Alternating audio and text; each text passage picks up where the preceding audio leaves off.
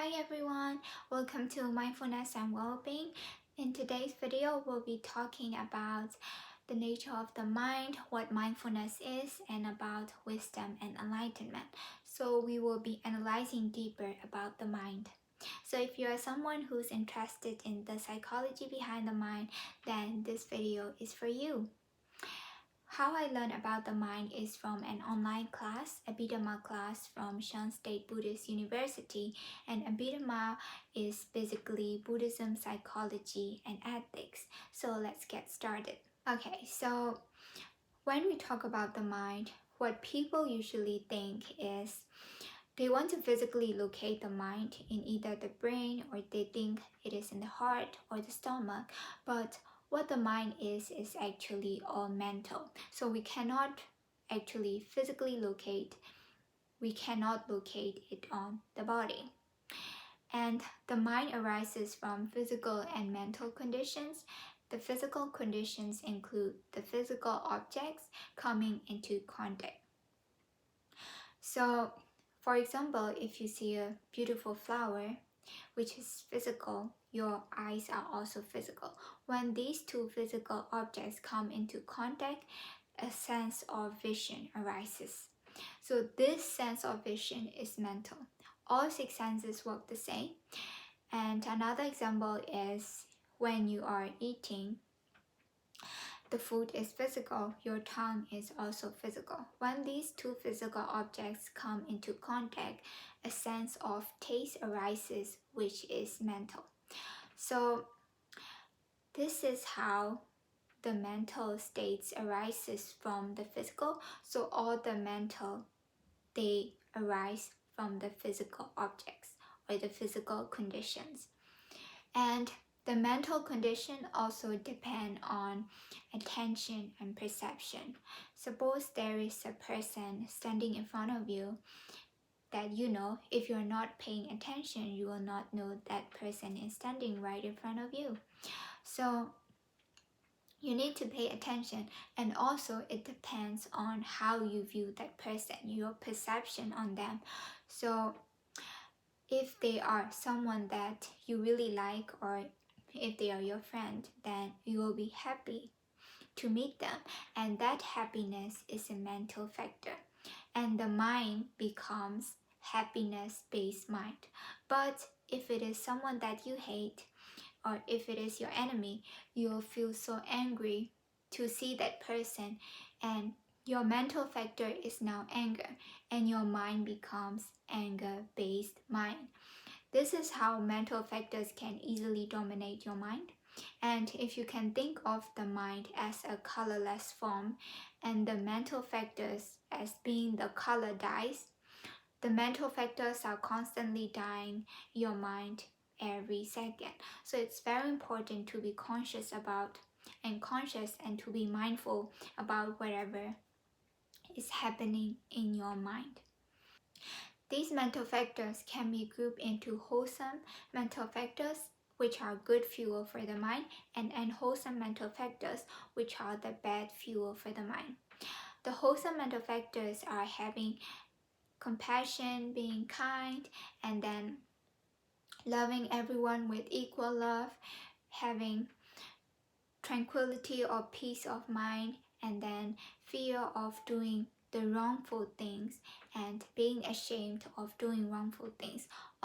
All those, they will help you become luckier, and then they will help you reach the way of enlightenment faster. And this is by having all those wholesome mental states, you are also doing good karma. And if you haven't known about karma, there are 3 types of karma. First one is karma based from your actions. Second one is karma based on verbal, and so your speech. And the third one is karma based on your mind. And the karma based on your mind, from your mind, is the most powerful. So it affects the most whether you're doing good karma or bad karma. It affects the most because you always think before you do actions, or before you speak, you always think. And So that is why it's always important to be conscious about what your mind is being dominated with, and what is happening in your mind, so that you can direct your mind from negative to positive direction. And the unwholesome mental factors, which are the bad fuels, they are jealousy, envy, anger, greed, hatred, and fearlessness of doing the wrong things, and then shamelessness of doing the wrong things. All those are the unwholesome mental factors, which are the bad fuel for your mind, which will drain your mind's energy. And these also causes a lot of bad karma, which will multiply your suffering. So always take care about what is happening in your mind. And just as you are researching about your food so that it will benefit your physical body, researching about your mind will also help you benefit, because mental health is equally important as physical health.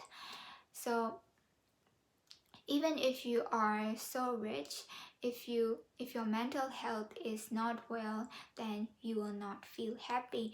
That is why it's important to take care of your mental health. And what wisdom really is understanding these mental factors as they are. If they are wholesome mental factors, and then you understand them, and if they are unwholesome mental factors, you also understand them as they are, and accepting it, and then changing them from negative to positive direction. And mindfulness is actually just a tool for wisdom. So what mindfulness is investigating whatever is happening in your mind, which mental factors are dominating your mind, and trying to understand it, and trying to walk with it, so that you can turn your mind into your desired state to be in peace. And enlightenment is when you have achieved the greatest state of the mind, so the mind no longer becomes agitated by all these mental factors. So all these anger, greed, or whatever, they cannot dominate the mind anymore. So the mind has become very peaceful and then very strong. So this is what Buddha means by enlightenment. And Buddha says that everyone can achieve enlightenment. So how you can achieve is by strengthening your mind. I have made a video about 8 ways to strengthen your mind. If you haven't watched it, you can go and take a look, because it is very beneficial for you, and I hope it will help you a lot. And that is how you can strengthen your mind, and practicing meditation to be mindful, so that you'll be able to control your mind to direct it to be in peace. And that is the cessation of sufferings. So when your mind when your mind is in control, and it can no longer be dominated by these mental states which make your mind unstable, then that is you stopping your bad karma, which leads to suffering. So if you are no longer making the bad karma, then your suffering ceases, right? So that is also known as attaining nirvana. And if you don't know about it, I will be explaining in the coming videos. And I will also be making a video about karma in the future videos. So that is the message for today. Stay mindful, healthy, and wealthy.